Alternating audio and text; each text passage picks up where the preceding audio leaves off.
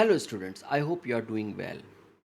हज़ारों बच्चे हर साल केमिस्ट्री के अंदर न्यूमेरिकल्स में पर्टिकुलरली बहुत सारे मार्क्स को लूज़ करते हैं। और वो इसलिए लूज़ नहीं करते क्योंकि उनको वो क्वेश्चंस बहुत डिफ़िकल्ट आते हैं। वो इसलिए यू लूज़ करते हैं क्योंकि वो जो कॉन्सेप्ट्स हैं जिसकी वजह से वो क्वेश्चंस किए जाते हैं, वो कॉन्सेप्ट्स नहीं समझ पाते। और न्यूमेरिकल केमिस्ट्री का जो फाउंडेशन है वो है मोल कॉन्सेप्ट्स। जिस बच्चे को मोल कॉन्सेप्ट समझ में आ गया, वो बच्चा मोल्स के साथ साथ आगे की कैलकुलेशंस को भी बड़े आराम से कर सकता है।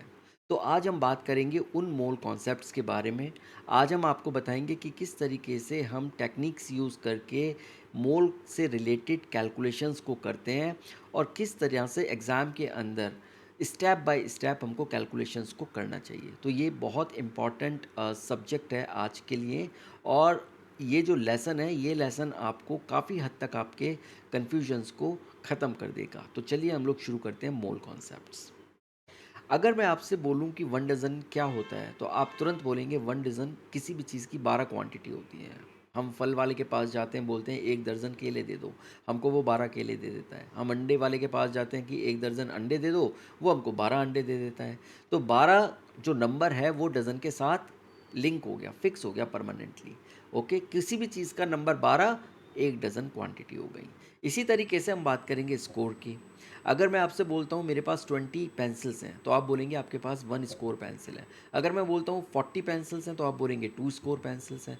यानी 20 नंबर जो है वो हमारा हो गया स्कोर के साथ लिंक। इसी तरीके से आता है ग्रॉस। अब एक ग्रॉस के अंदर 12 डजन्स होते हैं और एक डज़न में 12 क्वांटिटीज़ होती हैं।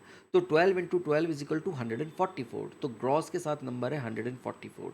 मैं किसी भी क्वांटिटी, किसी भी चीज़ के अगर 144 क्वांटिटीज़ अपने पास रखता हूँ, तो इसका मतलब मैं 1 gross of that particular quantity अपने पास रखता हूँ। और इसी तरह से होता है रीम।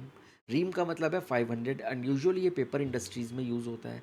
तो अगर मैं 500 शीट्स हैं मेरे पास पेपर की, तो मेरे पास 1 रीम ऑफ पेपर है। हाँ, 1000 शीट्स हैं तो मेरे पास 2 रीम्स ऑफ पेपर हैं। तो इस तरह से ये जो नंबर्स हैं, ये क्वांटिटीज़ जो हैं, ये हमने एक यूनिट्स के साथ लिंक कर दिए। अब एटम्स हो गए, मॉलिक्यूल्स हो गए, पार्टिकल्स हो गए, फार्मूला यूनिट्स हो गए, ये इतनी छोटी क्वांटिटीज़ होती हैं कि इनको काउंट करना बड़ा मुश्किल होता है। तो केमिस्ट्स ने क्या किया, उन्होंने इसके लिए भी एक यूनिट रख दी और उसको उन्होंने बोला मोल। तो केमिस्ट क्या करते हैं, वो एटम्स को, मॉलिक्यूल्स को, पार्टिकल्स को काउंट करने के लिए मोल्स का यूज़ करते हैं। ओके, अब एक मोल क्या होता है? जैसे आपने डज़न में तो 12 क्वांटिटी हो गई, तो एक मोल में कितनी क्वांटिटी होती है? तो एक मोल क्या होता है, वो कोई भी अमाउंट ऑफ सब्सटेंस होता है जिसके अंदर exactly 6.022 into 10 to the power 23 particles होते हैं। अब वो पार्टिकल्स एटम्स भी हो सकते हैं, मॉलिक्यूल्स भी हो सकते हैं, या कोई भी और पार्टिकल्स हो सकते हैं। तो जैसे डज़न के साथ 12 नंबर फिक्स है, इसी तरीके से मोल के साथ 6.022 into 10 to the power 23 number fix है। और ये जो नंबर है, इसको हम लोग बोलते हैं एवोगैड्रोस नंबर या एवोगैड्रोस कांस्टेंट। लेकिन आपको ये बात याद रखनी चाहिए कि ये नंबर एवोगैड्रो ने डिस्कवर नहीं किया। ये नंबर बहुत सारे साइंटिस्ट्स ने अलग अलग जगह पर एक्सपेरिमेंटली डिटरमाइन करके एक कंसेंसस पर पहुंचकर लिया। तो ये नंबर सिर्फ उनके नाम के लिए, उनके ऑनर के लिए ये दिया गया है, उनका नाम। अदरवाइज़ ये नंबर जो है वो एक्सपेरिमेंटली डिटरमाइंड नंबर है। और इससे पहले ये नंबर थोड़ा बहुत ऊपर नीचे था, लेकिन अब जो ये नंबर है वो राउंड ऑफ करके 6.022 इंटू 10 टू द पावर 23 पर है। ओके, तो ये नंबर है हमारा एवोगैड्रोस नंबर या एवोगैड्रोस कांस्टेंट। कल को अगर आपको ये नंबर कहीं पर भी मिलता है, अगर आपसे बोला जाता है कि ये नंबर यानी 6.022 into 10 to the power 23 atoms मेरे पास है, तो आप तुरंत बोल देंगे कि आपके पास 1 मोल ऑफ एटम्स है, क्योंकि ये नंबर मोल के साथ फिक्स हो गया है। तो मोल क्या होता है, ये आपको पता लग गया। अब हम बात करेंगे एक कुछ एग्जाम्पल्स लेके। अगर मैं बोलता हूँ 1 मोल ऑफ पार्टिकल्स, तो मेरे पास नंबर है 6.022 into 10 to the power 23 particles. अगर मैं बोलता हूँ 1 मोल ऑफ वाटर, तो मेरे ग्लास में 6.022 into 10 to the power 23 molecules हैं वाटर के। हालांकि ये इतना छोटा अमाउंट है कि मैं उसको देख भी नहीं पाऊंगा, लेकिन इतने मोल्स मेरे पास अगर हैं और मैं उसको कैलकुलेट करता हूँ, तो मेरे पास 1 मोल ऑफ वाटर आ जाता है।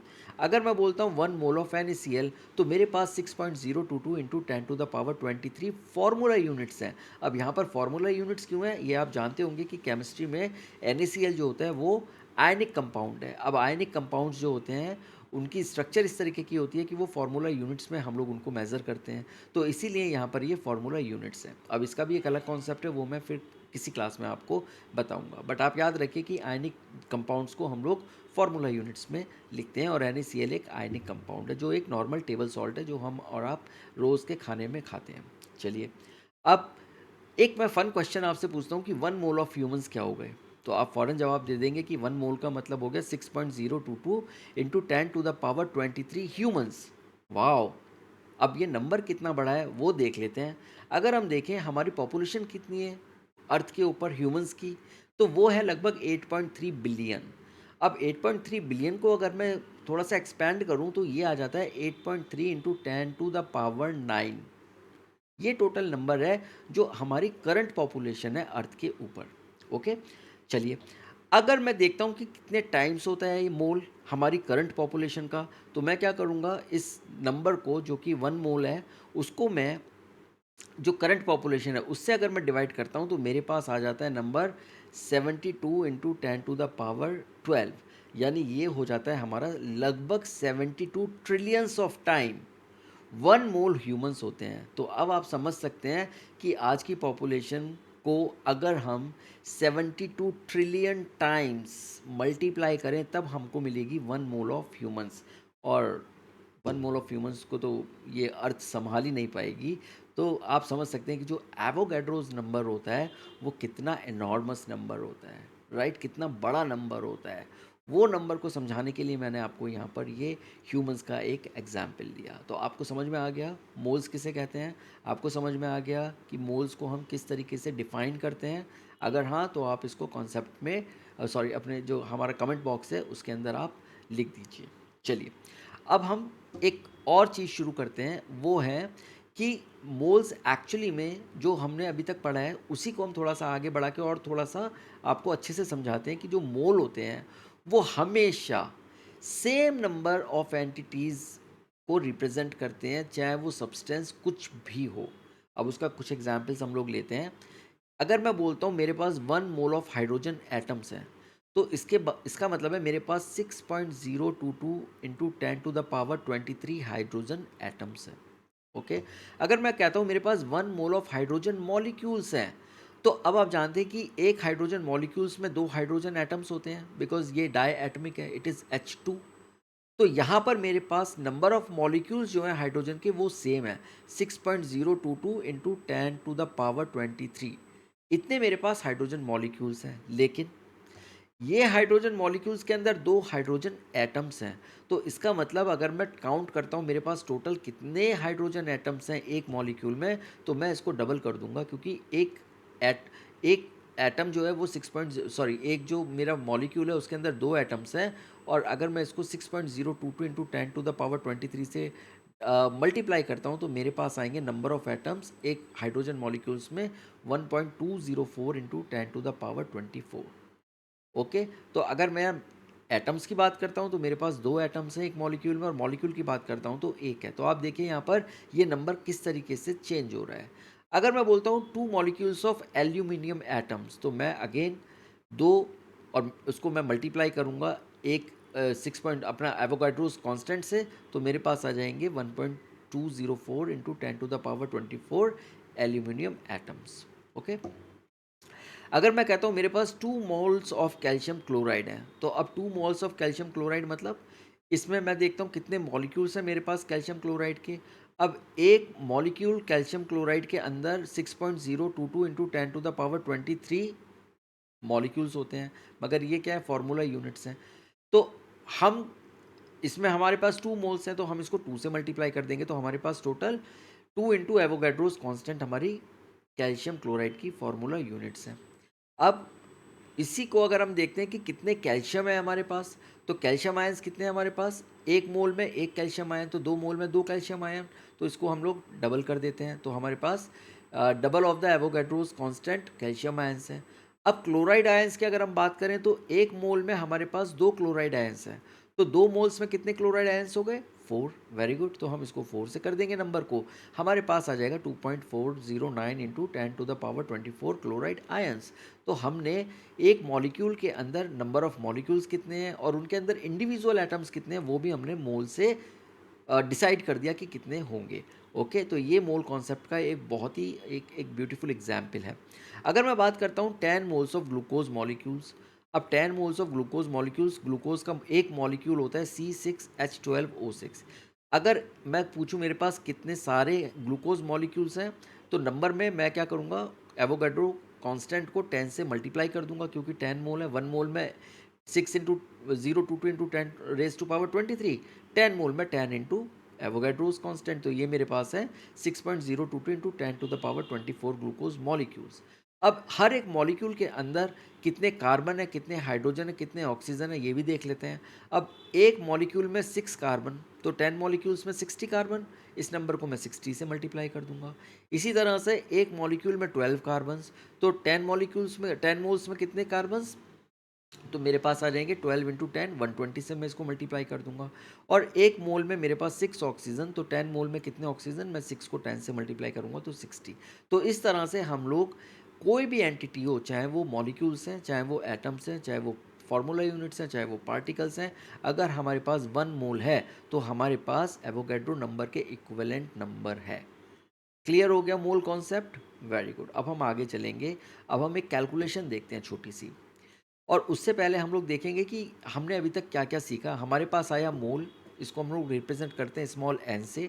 फिर है हमारे पास एवोगाड्रोस कांस्टेंट, इसको हम लोग रिप्रेजेंट करते हैं इस कैपिटल एन से, और ए इसमें सब स्क्रिप्ट है, और ये नंबर हमारा कांस्टेंट है, तो हमको पता है कि 6.022 इंटू 10⁻23। और तीसरी चीज़ है हमारे पास एक्चुअल नंबर ऑफ पार्टिकल्स, जो कि वो पूछे भी जा सकते हैं या फिर वो हमें बताए भी जा सकते हैं क्वेश्चंस के अंदर। तो वो कुछ भी हो सकते हैं, actual number of atoms, ions या मॉलिक्यूल्स, उनको हम लोग रिप्रेजेंट करते हैं कैपिटल एन से। अगर हम इनका रिलेशनशिप देखते हैं तो स्मॉल एन जो कि हमारा मोल है, mole is equal to number of particles divided by Avogadro constant, ये हमारा रिलेशनशिप बन जाता है इनको मोल कैलकुलेशंस को करने के लिए। और ये फार्मूला आपको रट लेना चाहिए, ये फार्मूला आपको बिल्कुल याद रखना चाहिए, इसको मेमोराइज कर लीजिए किसी भी तरीके से, क्योंकि इसी के बेसिस पर आप बहुत सारे क्वेश्चंस सॉल्व कर लेंगे। फॉर एग्जाम्पल, एक क्वेश्चन है, calculate the number of molecules and 3.5 mole of water. यानी हमारे को ये बताना है, हमारे पास 3.5 मोल है वाटर का, और हमें ये बताना है, ये कैलकुलेट करना है कि इतने मोल में कितने मॉलिक्यूल्स हैं वाटर के। क्वेश्चन समझ में आया? अब हम इसको स्टेप बाय स्टेप कैसे करते हैं वो मैं आपको सिखाता हूँ। अब मैंने दो कॉलम बनाए हैं, एक है स्टेप्स का और एक मैं आपको बताऊंगा वर्किंग कैसे करते हैं। तो सबसे पहला स्टेप है कि list the data given in the question, next to the appropriate symbol include units. सबसे पहले जो भी डेटा हमें क्वेश्चन में मिलता है हमें उसको लिख लेना चाहिए, उसके साथ उसका सिंबल लगाना चाहिए और साथ में उनकी यूनिट्स को भी इंक्लूड करना चाहिए। अब हमें लिखना है, हमें क्या कैलकुलेट करना है, calculate the number of molecules. तो हमने number of molecules in water को लिखा और उसके आगे क्वेश्चन मार्क लगा दिया कि हमको कैलकुलेट करना है। उसके बाद हमारे पास जो मोल्स हैं वाटर के वो गिवन कितने हैं, 3.5 मोल्स, वो हमने लिख लिए। और हमारे को पता है कि एवोगाड्रो नंबर क्या है, 6.022 इंटू 10⁻23, वो हमने लिख लिया। फिर हम क्या करेंगे, हम एक फार्मूला जो हमने अभी सीखा है उसको हम लोग रीअरेंज करेंगे। हमने फार्मूला देखा था, जो हमारा मोल था, mole is equal to number of molecules या number of entities divided by Avogadro number. तो यहाँ पर हमको निकालना है टोटल नंबर ऑफ मॉलिक्यूल्स, तो ये वाला हमको निकालना है। तो हम क्या करेंगे, इसको इसके साथ मल्टीप्लाई कर देंगे। तो हमने क्या किया, इसको रीअरेंज कर दिया, इसको यहाँ मल्टीप्लाई कर दिया एवोगाड्रो नंबर के साथ। और अब हम क्या करेंगे, जो भी हमारे पास है हम उसको डाटा को सब्सटीट्यूट कर लेंगे और सॉल्व कर देंगे। तो हमारा जो आंसर आएगा वो आएगा 2.1 इंटू 10⁻24 मॉलिक्यूल्स। तो ये एक बहुत ही सिंपलेस्ट मैं बोलूँगा मोल कैलकुलेशन थी, जो कि जो बच्चे नहीं कर पाते हैं या जिनको नहीं पता है उनके लिए मैंने ये बनाई थी। ओके, तो आपको समझ में आ गया होगा कि किस तरीके से हम लोग मोल्स को निकालते हैं या मॉलिक्यूल्स को निकालते हैं। हम इसको दूसरे तरीके से भी कर सकते हैं। अब मैं दो क्वेश्चंस आपको दे रहा हूँ स्क्रीन में, आप इसको फटाफट से अगर कर सकते हैं और आपको ये चीज़ समझ में आ गई है तो आप इसको कीजिए और आप इसको कमेंट बॉक्स में ज़रूर डालिए इसके आंसर को, ताकि मैं आपकी कैलकुलेशन को देख पाऊँ कि आपने सही किया है या नहीं किया है। आपको एग्जैक्टली यही वर्किंग करनी है जो वर्किंग मैंने ऊपर दिखाई है। ओके, आपको पहले क्वेश्चन में करना है, calculate the number of molecules and 3.9 mole of carbon dioxide, और दूसरा है calculate the number of oxygen atoms in 8.7 mole of oxygen gas. तो आपको यही यूज़ करना है फॉर्मूला और आपको वर्किंग करके दिखानी है। चलिए अब हम बात करते हैं मोलर मास की, राइट। मोल्स आपको समझ में आ गए, अब मोलर मास क्या होता है वो देखते हैं। The mass of 1 mole of substance in grams is called molar mass. इसका मतलब जो भी हमारे पास मोल्स होते हैं उसका 1 मोल को अगर हम ग्राम्स में देखें तब हमारा निकल जाता है मोलर मास, उसको हम लोग मोलर मास बोलते हैं। So the mass of 1 mole of substance in grams, हमारे पास जो भी सब्सटेंस है वो अलग अलग सब्सटेंसेस हो सकते हैं, अगर हम उनको वे करें और हम 1 मोल में जितने भी ग्राम्स आ रहे हैं तब हम उसको बोलते हैं मोलर मास। अब किस तरीके से बोलते हैं और किस तरीके से होता है ये देखिए इस टेबल से। इसकी जो न्यूमेरिकल वैल्यू होती है वो एग्जैक्टली सेम होती है जो हमारे एटमिक या मॉलिक्यूलर मास होते हैं, जो आपको पीरियोडिक टेबल में मिल जाएगी, और इसकी यूनिट जो होगी वो ग्राम पर मोल होगी। अब ये वाली जो टेबल है आप देखिए कि यहाँ पर एलिमेंट दिया है, यहाँ पर एटॉमिक मास है इसका, और ये मोलर मास है, और ये जो एटमिक मास है ये हमने पीरियोडिक टेबल से उठाया है। तो हाइड्रोजन के केस में आप जानते हैं एटमिक मास 1 होता है, तो इसका मोलर मास 1 ग्राम पर मोल होगा। हाइड्रोजन मॉलिक्यूल में बिकॉज दो एटम्स होते हैं एक मॉलिक्यूल में, तो ये डबल हो गया, तो इसका 2 ग्राम्स पर मोल होगा। नाइट्रोजन का सिंगल एटम 14 एंड 14 7 एंड 14 है पीरियोडिक टेबल में, तो ये 14 ग्राम पर मोल हो गया। और नाइट्रोजन मॉलिक्यूल बिकॉज अब 2 एटम्स आ गए इसमें, तो ये 28 ग्राम्स पर मोल हो गया। इसी तरीके से सोडियम हो गया, carbon, oxygen atom, oxygen molecule. और अगर हम वाटर की बात करें तो वाटर में क्या है, 2 एटम्स हाइड्रोजन के हैं और 1 एटम ऑक्सीजन का है, तो हाइड्रोजन का तो 2 हो गया और ऑक्सीजन हो गया 16, तो 16 + 2 18, तो यहाँ पर इसका मोलर मास हो गया 18 ग्राम पर मोल। और इसी तरीके से अमोनिया में N है हमारा 14 और H है हमारा 3, तो 14 + 3 17, तो ये हो गया 17 ग्राम पर मोल। तो आपको ये बात समझ में आ गई कि मोलर मास क्या होता है। आपको कुछ याद नहीं रखना, आपको सिर्फ इतना याद रखना है कि जो पीरियोडिक टेबल में एटॉमिक मास होता है वही हमारा मोलर मास होता है, लेकिन हमारी जो यूनिट्स हो जाती हैं वो ग्राम पर मोल हो जाती हैं। Okay, so molar mass is the mass of 1 mole of substance in grams, और ये हम लोग पीरियोडिक टेबल से सीधे सीधे जो भी हमारा एटॉमिक मास होता है वही हम उसका इक्विवेलेंट ले लेते हैं।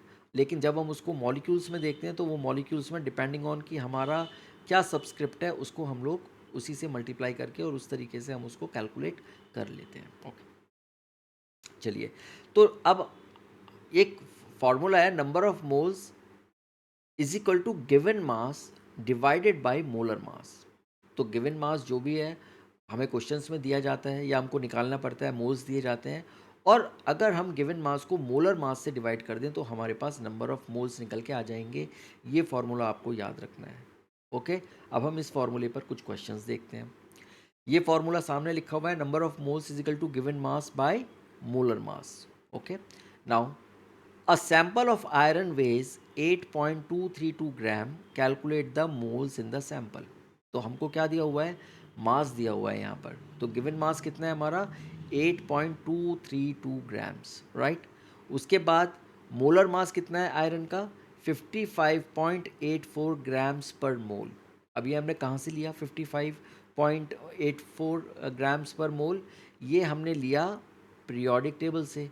अब आप देखिए आयरन का जो एटॉमिक नंबर है वो है 26 और इसका जो एटॉमिक मास है वो है 55.84, तो 55.84 हमने आपको पिछली टेबल में बताया था दैट इज़ इक्विवेलेंट टू ग्राम पर मोल, तो हमने यहाँ से उठाया इसको, तो हमें ये पता है कि मोलर मास आयरन का होता है 55.84 ग्राम पर मोल। अब हम क्या करेंगे, हम इसके मोल्स निकालेंगे, तो number of moles is equal to given mass divided by molar mass. तो गिवन मास है 8.232 ग्राम्स और इसका हमारा मोलर मास है 55.84 ग्राम पर मोल, और जो हमारे पास आंसर आएगा दैट इज़ द आंसर। सो हमारा आंसर है 0.147 मोल्स। समझ में आ गया कैसे करते हैं कैलकुलेशन, गुड। अब एक और हम लोग एग्जाम्पल लेते हैं, 0.2 mole of water is needed in a chemical reaction, then calculate the water in grams. इसमें हमारे को मोल्स दिए हुए हैं, हमको ग्राम्स में यानी मास निकालना है, और वाटर हमारे को दिया हुआ है, तो हम क्या करेंगे, हमारे को मोल्स दिए हुए हैं 0.2।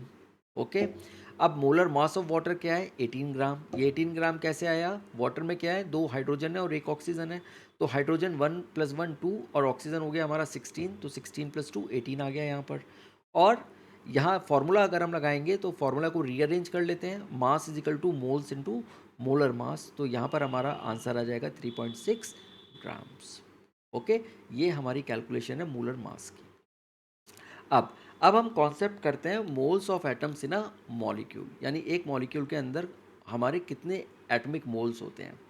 Now, if we multiply the number of moles of molecules by the number of particular type of atom in a molecule, that is by the subscript of the atom, we get the number of moles of that type of atom.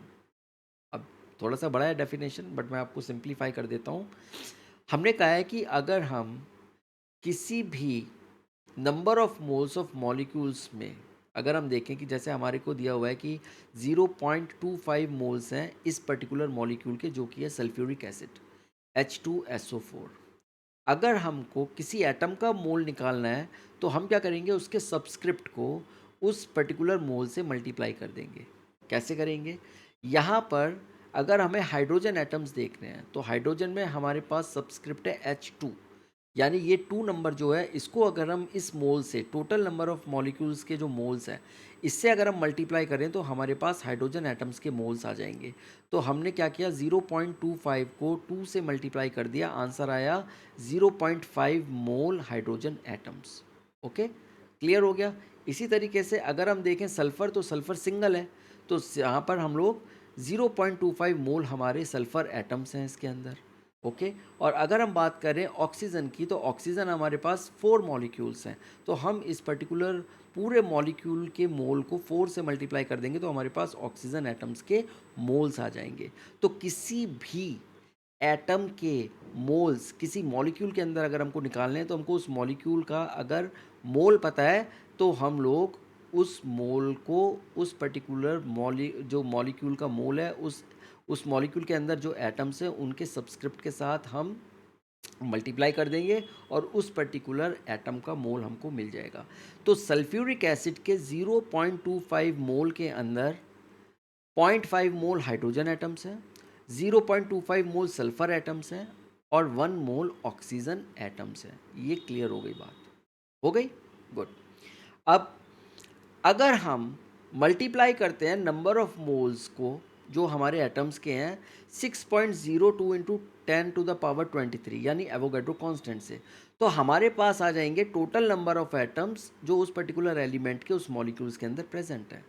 For example, इसी में अगर हम देखते हैं तो हमारे पास 0.5 hydrogen atoms हैं, 0.5 moles hydrogen atoms हैं।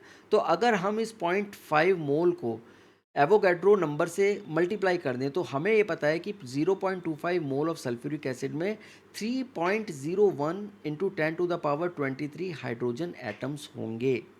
इसका मतलब हम लोग एग्जैक्टली नंबर ऑफ एटम्स को भी कैलकुलेट कर सकते हैं। ओके, इसी तरीके से हम लोग अगर सल्फ़र एटम्स को निकालना है तो हमारे पास है 0.25 मोल ऑफ सल्फ़र एटम्स।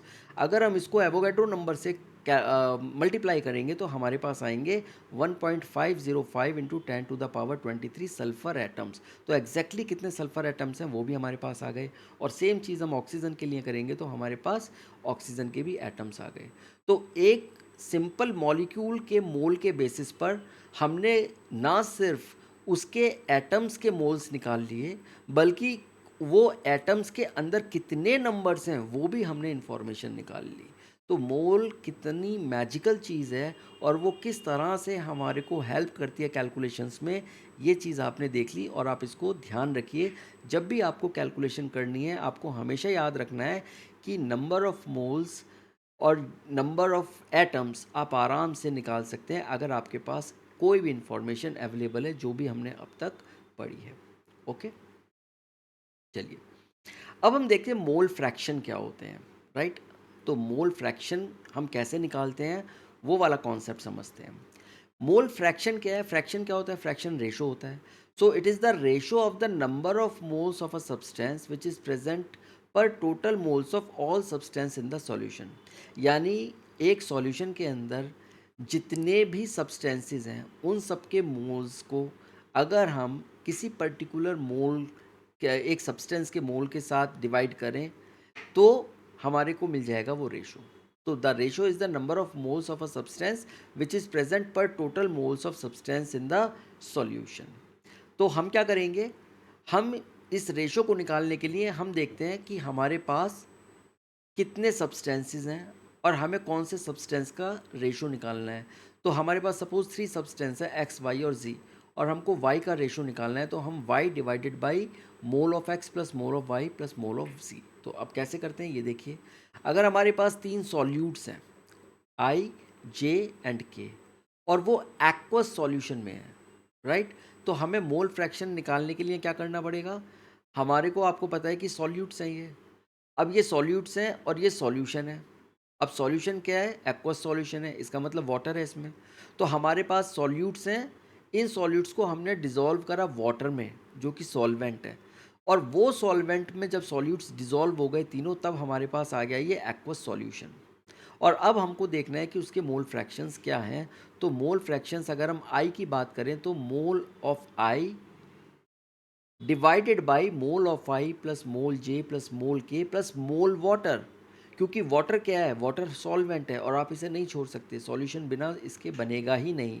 तो इसलिए आपको इसके भी मोल कैलकुलेट करने पड़ेंगे। जब ये चारों के मोल्स आपके पास आ जाएंगे, यानी तीनों सॉल्यूट्स के और वाटर के सॉल्वेंट के, तब आप उसका पर्टिकुलर मोल का फ्रैक्शन आप बता सकते हैं कि इसमें ये आई कितना है।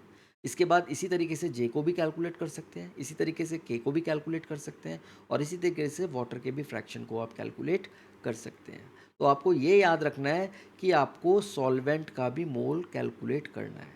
Okay, so the mole fraction should include the contribution of all components in a system. अब इसमें क्या क्या है सिस्टम में, इसमें 3 सॉल्यूट्स हैं और एक वाटर है जो कि सॉल्वेंट है। हमने सबको ले लिया और तब जाके हमने मोल फ्रैक्शन को निकाल दिया। अब हम इसका एक एग्जाम्पल देखेंगे। What is the value for mole fraction of 36 gram of fructose, okay, in 250 ml of a fruit flavored drink? और इसमें डेंसिटी दी है, density of the water based drink is 1.05 ग्राम पर ml। क्वेश्चन आप फिर से पढ़िए। हमारे को क्या दिया हुआ है, फ्रक्टोज का मोल फ्रैक्शन पूछ रहे हैं वो। हमें दिया हुआ है मास फ्रक्टोज का जो कि 36 ग्राम है। हमें दिया हुआ है जो 36 ग्राम किस में है, वो एक फ्रूट फ्लेवर ड्रिंक है, उसका वॉल्यूम दिया हुआ है, और साथ में उसकी डेंसिटी दी हुई है, और हमें ये बता दिया गया है कि ये वाटर बेस्ड ड्रिंक है। इसका मतलब इसके अंदर जो सॉल्वेंट है वो वाटर है। तो सॉल्वेंट के अंदर यानी वाटर के अंदर हमने 36 ग्राम ऑफ फ्रक्टोज को डिज़ोल्व करके इस डेंसिटी का 250 ml का एक फ्रूट फ्लेवर ड्रिंक बना लिया। अब हमें बताइए कि इसके अंदर फ्रक्टोज का मोल फ्रैक्शन क्या है। क्वेश्चन समझ में आ गया? नहीं आया तो आप फिर से पढ़िए और फिर से समझिए। ओके, चलिए अब देखते हैं कि इस तरीके के क्वेश्चंस को हम लोग सॉल्व कैसे करते हैं। सबसे पहले हम कैलकुलेट करते हैं फ्रक्टोज के कितने मोल्स हैं इसमें। ओके, हमको क्या दिया हुआ है, हमारे को मास दिया हुआ है फ्रक्टोज का 36 ग्राम्स। ओके, अब मोलर मास ऑफ फ्रक्टोज क्या है हमारा, कैसे निकालेंगे, बहुत ईजी है। फ्रक्टोज का हमें फॉर्मूला दिया है C6H12O6।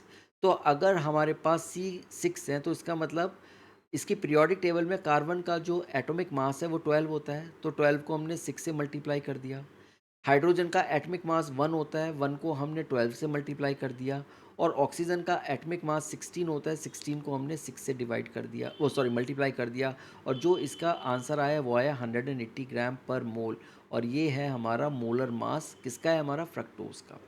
ओके, अब आप जानते हैं ये वाला formula, number of moles is equal to given mass divided by molar mass. तो अब हम इसको सिंपल फार्मूला लगा देते हैं।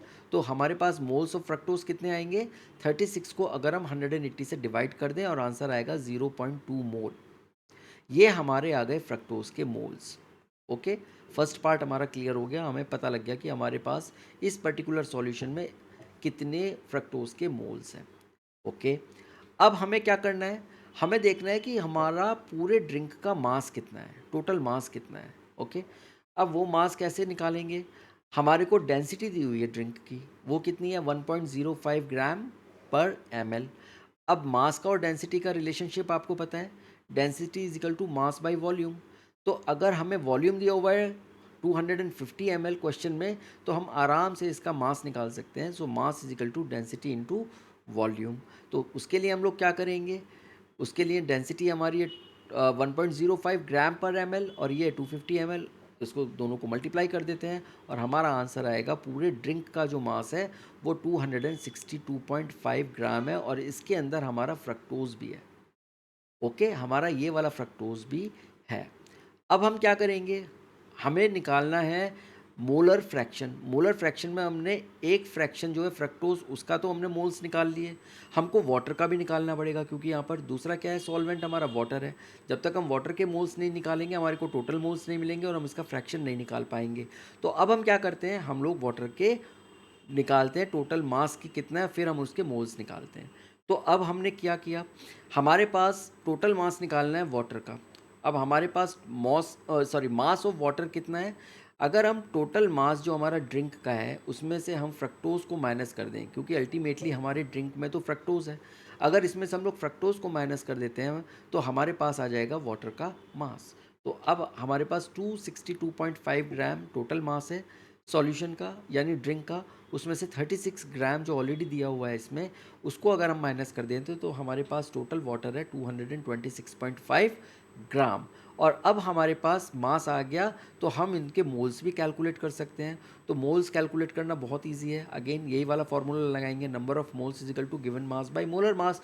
तो हमारा गिवन मास कितना है वाटर का, 226.5 ग्राम।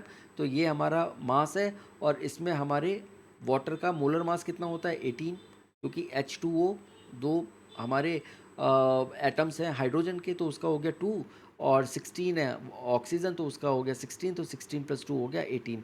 तो 18 ग्राम्स हमारा हो गया मोलर मास वाटर का।